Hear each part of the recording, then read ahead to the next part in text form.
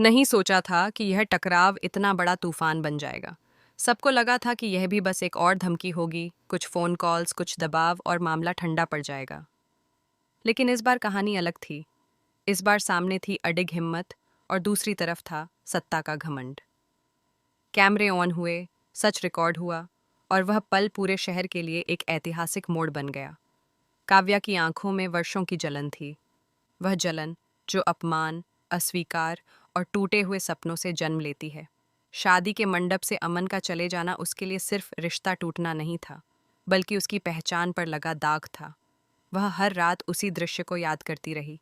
लोगों की फुसफुसाहट, रिश्तेदारों की तिरछी नजरें और अपने ही घर में खुद को बोझ जैसा महसूस करना। जब उसने अंजलि को सामने खड़ा देखा, तो उसके अंदर दबा हुआ ज्वालामुखी फट पड़ा। उसने ठान लिया था कि आज वह अपना बदला लेकर रहेगी। युवराज, जो खुद को शहर का सबसे ताकतवर आदमी समझता था, काव्या की इस आग को हवा दे रहा था।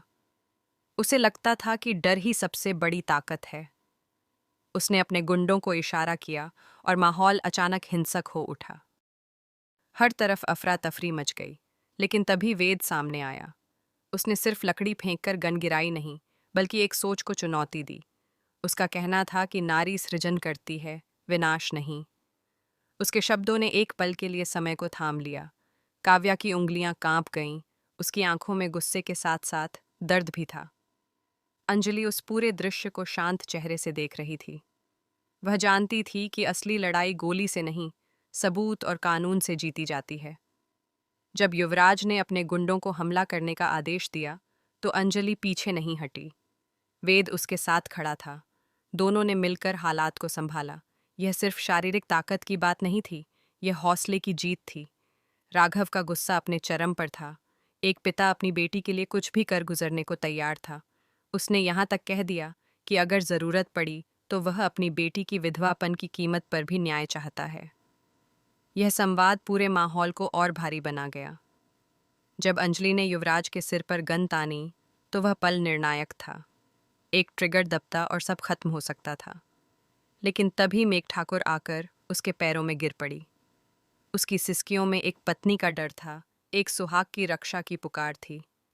अंजलि ने देखा कि अगर वह गोली चलाती है तो वह भी उसी अंधेरे का हिस्सा बन जाएगी जिससे वह लड़ रही है। उसने गन नीचे कर दी।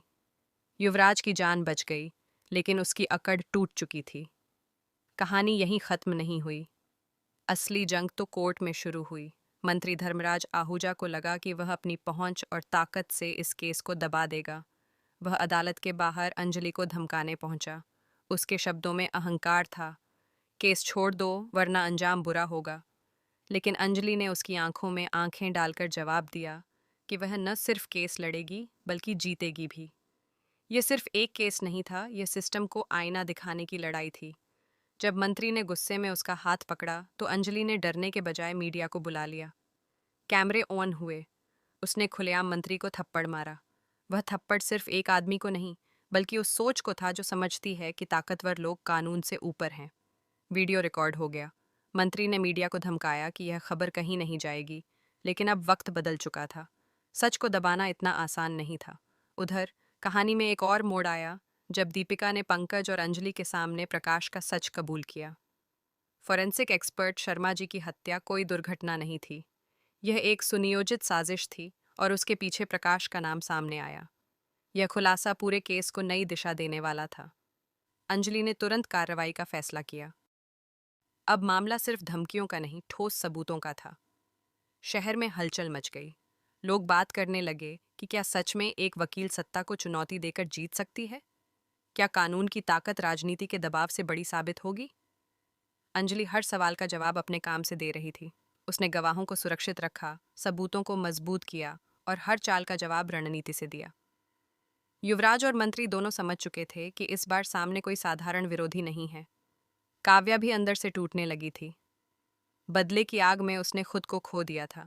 वेद के शब्द उसके मन में गूंजते रहे। क्या सच में बदला लेने से उसे शांति मिलेगी, या फिर वह खुद एक अपराधी बन जाएगी? उसके अंदर की लड़ाई बाहरी लड़ाई से ज्यादा कठिन थी।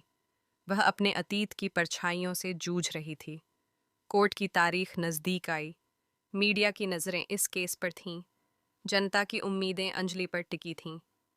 मंत्री और युवराज ने आखिरी कोशिश के तौर पर गवाहों को डराने की साजिश रची, लेकिन इस बार हर कदम रिकॉर्ड हो रहा था। हर फोन कॉल, हर धमकी सबूत बन रही थी। अंजलि ने साफ कर दिया था कि वह पीछे हटने वालों में से नहीं है।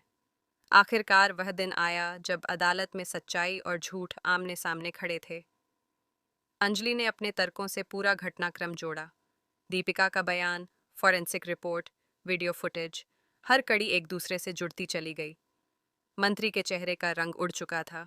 युवराज की आंखों में पहली बार डर साफ दिखाई दे रहा था। यह कहानी सिर्फ एक केस की नहीं, बल्कि हिम्मत, आत्मसम्मान और न्याय की है। यह बताती है कि अगर इरादे मजबूत हों, तो सत्ता का सबसे ऊंचा सिंहासन भी हिल सकता है। अंजलि ने साबित कर दिया कि कानून किताबों में नहीं, उसे लागू करने वाले लोगों के साहस में बसता है। अब सबकी नजरें फैसले पर टिकी हैं। क्या न्याय की जीत होगी? क्या दोषियों को सजा मिलेगी? या फिर कोई नया ट्विस्ट सब कुछ बदल देगा? कहानी अभी खत्म नहीं हुई।